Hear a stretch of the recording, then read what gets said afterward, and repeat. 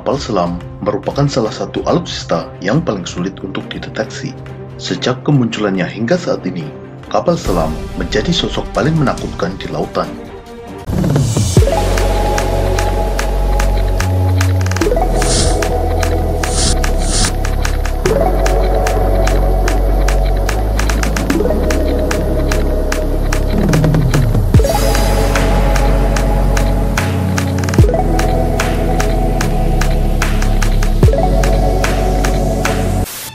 Kapal selam menjadi sosok paling menakutkan di lautan. Bersembunyi di kedalaman lautan, kapal selam mengintai, menunggu, dan pada saat yang tepat menyerang kapal permukaan tanpa disadari. Kapal selam mampu menenggelamkan kapal yang jauh lebih besar. Keberadaan kapal selam mampu menghentikan gerak keju armada musuh, bahkan memaksanya mundur. Dalam video ini, kita akan mengulas seluk-beluk tentang kapal selam, mulai dari sejarah, teknologi, fungsi strategisnya dalam militer, hingga kapal selam yang dimiliki oleh Indonesia. Kita mulai dari sejarah kapal selam. Desain, pengembangan, dan percobaan untuk membuat kapal selam telah dimulai sejak abad ke-17, mulai dari hanya sekedar desain hingga pembuatan kapal selam yang dioperasikan dengan tenaga manusia hingga tenaga mesin. Pada tahun 1864, dalam Perang Saudara Amerika, kapal selam konfederasi yang bernama Hunley berhasil menenggelamkan kapal USS Housatonic. Hunley sendiri adalah kapal selam yang dioperasikan dengan tenaga manusia. Kapal ini juga bukan sepenuhnya kapal selam, karena tidak mampu benar-benar menyelam. Hanya sebagian besar badan kapal terbenam di air. Kapal selam pertama yang berhasil benar-benar menyelam adalah Submarine Explorer pada tahun 1886. Kapal selam mulai digunakan secara luas mulai awal abad ke-20. Pada Perang Dunia Pertama dan Kedua, kapal selam memberikan dampak yang sangat signifikan dalam pertempuran di lautan. Jerman menggunakan kapal selam yang diberi nama Unterseeboot, yang berarti underwater boat, disingkat U-boat, atau dalam bahasa Inggris dilafalkan U-boat.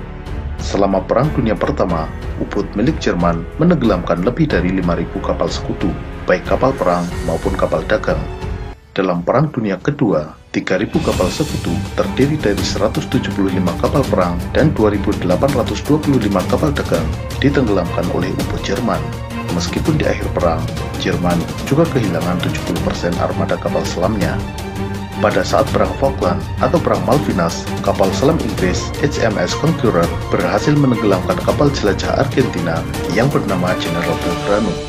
Setelah kejadian ini, Argentina menyadari bahwa mereka tidak memiliki kemampuan mendeteksi kapal selam. Hal ini memaksa Argentina menarik mundur seluruh kapal perangnya dari medan pertempuran. Hanya kapal selam Argentina yang tetap berada di lautan. Pada masa Perang Dingin, meskipun Amerika Serikat dan Uni Soviet tidak pernah berperang secara terbuka, namun di kedalaman lautan, kapal-kapal selam kedua pihak saling menyusup, mencari, dan mengejar. Selama periode Perang Dingin, Amerika kehilangan 2 kapal selam nuklir, dan kapal selam Uni Soviet yang hilang atau tenggelam setidaknya 4 kapal. Kapal selam mampu terapung dan menyelam ke kedalaman. Kemampuan ini diperoleh dengan mekanisme tangki balas atau pemberat. Saat terapung, tangki ini berisi udara, sehingga daya apung kapal selam berada dalam daya apung positif. Ketika akan menyelam, udara dalam tangki balas dipindahkan ke tangki kompresor, sehingga tangki balas berisi air laut. Kapal berada dalam daya apung negatif, sehingga mampu menyelam. Jika akan naik kembali, udara dari kompresor dipindahkan lagi ke tangki balas, sehingga air keluar digantikan udara. Kapal pun mengapung kembali. Tetapi realitas sebenarnya tidak sesederhana itu. Faktor tekanan hidrostatik, perbedaan kadar garam di permukaan dan kedalaman laut yang berakibat perbedaan massa jenis, dan faktor-faktor lainnya membuat kapal selam selalu berada dalam kondisi equilibrium yang tidak stabil, bisa mengapung atau tenggelam tanpa diinginkan. Untuk itu, untuk menjaga kestabilan ini, terdapat tangki kontrol kedalaman. Tangki ini bekerja terus-menerus memasukkan dan membuang air untuk menjaga kestabilan kapal selam. Lambung kapal selam terdiri dari 2, yaitu lambung bagian luar dan lambung bagian dalam. Lambung bagian luar merupakan lambung yang tidak kedap air. Fungsinya, salah satunya adalah memberikan bentuk yang hidrodinamis untuk mengurangi drag atau hambatan. Dengan bentuk hidrodinamis ini, kapal selam bisa melaju lebih mudah di dalam air. Sementara lambung bagian dalam merupakan lambung yang kedap air, yang memisahkan antara interior kapal selam di mana awak kapal selam berada dengan lingkungan luar kapal yang berupa air. Awak kapal selam berada dalam interior dengan udara bertekanan sama dengan atmosfer, sedangkan di luar terdapat air di kedalaman laut dengan tekanan sangat tinggi. Perbedaan tekanan yang besar ini menuntut struktur lambung kapal selam yang sangat kuat.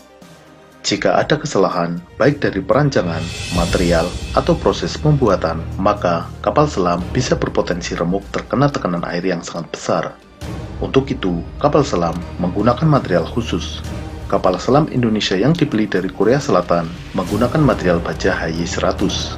Baja ini memiliki kekuatan 3 kali lipat dibandingkan baja untuk kapal konvensional. Untuk memaksimalkan kekuatan agar tekanan merata, lambung bagian dalam kapal selam harus memiliki penampang berbentuk lingkaran sempurna.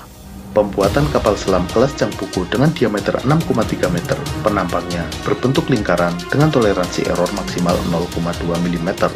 Hal ini membutuhkan teknologi manufaktur yang sangat presisi. Untuk itu, pembelian kapal selam oleh Indonesia salah satunya adalah dalam rangka memperoleh transfer teknologi pembuatan kapal selam. Saat ini, ada 2 tipe utama kapal selam yang digunakan oleh militer, yaitu kapal selam diesel elektrik dan kapal selam nuklir. Kapal selam nuklir menggunakan reaktor nuklir sebagai sumber tenaga penggerak. Reaktor nuklir ini memanaskan air dan merubahnya menjadi uap bertekanan tinggi. Tekanan uap ini menggerakkan turbin uap. Putaran turbin uap bisa digunakan secara langsung untuk memutar baling-baling kapal, juga digunakan untuk memutar generator sehingga menghasilkan listrik. Bahan bakar reaktor nuklir dapat digunakan secara terus-menerus 20-30. Terima kasih masih bersama kami, dukung terus channel kami dan jangan lupa like, comment, share, dan subscribe.